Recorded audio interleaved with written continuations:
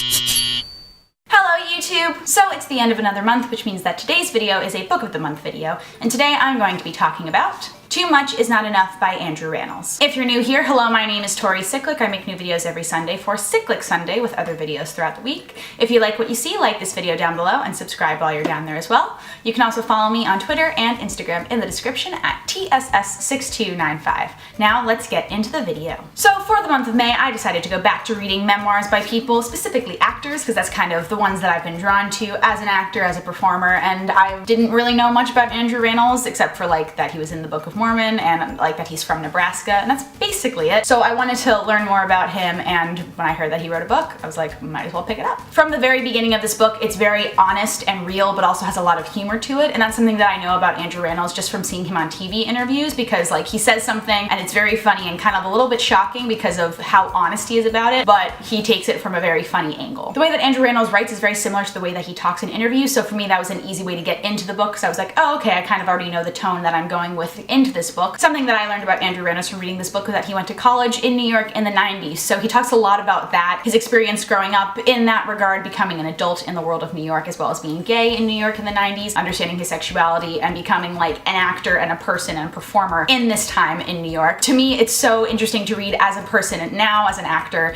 in 2019 living in New York, how much it's changed, but also how similar it is. In the first few pages of the book, Andrew Rannells is talking a lot about figuring out how he fits into the world of New York, and I wanted to read a couple of those passages to you. I'm going to read some chunks from pages 10 and 11, which are ones that stuck out to me in particular about this. I rolled down both windows of the cab and let the breeze come through. I looked around the city as we sped uptown. I could see that there was so much life happening everywhere. A woman getting off from work, waiting for the bus, a group of businessmen stumbling out of a bar, a young couple laughing and holding hands crossing the street. So many people I didn't know who didn't know me. How would I fit into this world? It seemed so crowded already. Was there space for me? I felt lost and scared. I wanted to go to my parents' hotel room and tell them this was a mistake. I should go home to Nebraska, I thought. I'll come back in a couple years when I've saved more money, when I can go to NYU instead of school whose most famous alumna is Geraldine Ferraro, who last time I checked has never won any Tony Awards. But even thinking these things, I felt wrong. I had to make a choice. I could be afraid of what was to come. I could panic about the decision I had made to move to New York with no contacts, no real friends, and no clue on how to get started. Or I could embrace it. Sure, I didn't know anyone, and my dreams of being on Broadway seemed light years away. But isn't that how everyone starts here? Isn't that the beauty of New York? I didn't want to die of regret in Omaha. I wanted to try. No more panic, no more sadness, just calm. My heart had been racing moments before,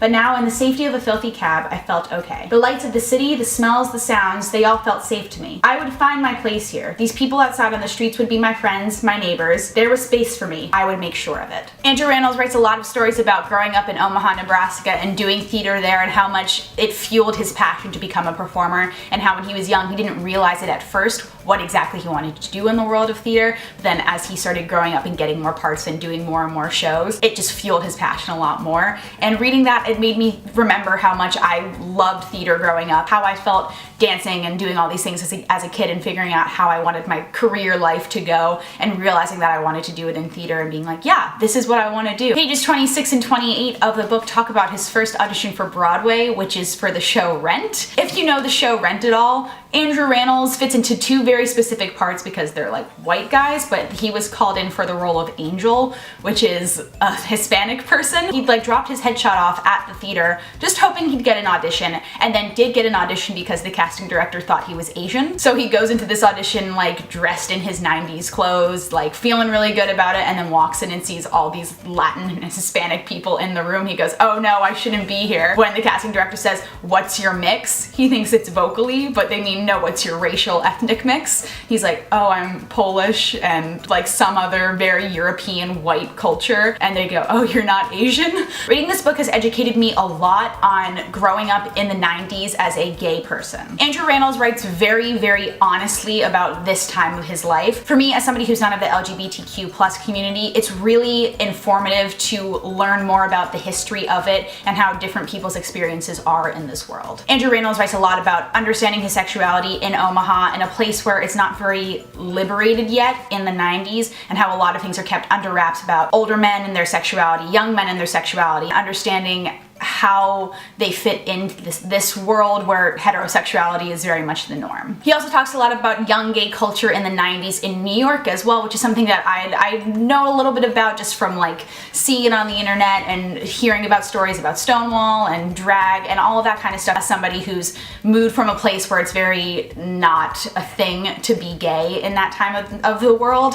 and then moving to New York where it's very much exploding out in that time. Reading this book is very educational about understanding the gay experience in the 90s, and it's something that I find very, very interesting as well and very intriguing to learn more about, because like that's a culture that I'm not a part of and I want to learn more and understand more and be more of an ally as well. There's a whole chapter in the book called Summer Stock, which talks about Andrew Rannells' first experience doing summer stock theater. While I was reading this whole chapter, I was like, wow, I experienced almost everything that happened in this chapter when I did my own summer stock experience at Peterborough Players. I just thought it was so funny that Andrew Rannells is talking about working at the Theater Barn in upstate New York in the Berkshires, which is a theater that I've auditioned for, that I know people who've worked there and have heard stories about, but he's talking about having worked there in the 90s. I think it's so funny. There's a couple sections here that I wanted to read to you guys that like fully explain everything that I talk about in my videos about audition season. It's literally written in this book. Still very much the same in the 90s as it is here in 2019. So I'm gonna be going from like page 90 through 92-ish. I couldn't go to every audition because some were happening on the same day, at the same time, and each involved spending the better part of my day lining up and waiting for my turn to sing my 16 bars of music and hope for the best. It's worth pointing out here that 16 bars is about 30 seconds of a song. It is your job as the auditionee to pack as much excitement into those 30 seconds as possible. So literally, me every single day at an audition, I'm like, all right, I have to get up super, super early to go stand in line and sing for 30 seconds. Okay. I showed up at Shetler Studios, which at the time was on 8th Avenue and 55th Street. It's still there.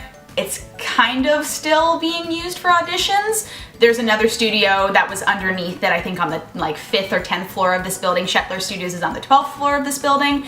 That doesn't get used anymore because it just like completely fell apart. It was a rickety building with one terrifying elevator that carried groups of 10 nervous young hopefuls up to the 8th floor to have their talent judged and their egos potentially bruised. The hallways were packed with people. The whole place smelled like hairspray and anxiety BO covered with CK1. This is still completely true. The building still smells awful, and there's like one elevator. I had never been to an audition like this before. It was a zoo. My Rent experience seems so civilized now. There hadn't been many people there, and they'd been expecting me, welcomed me even.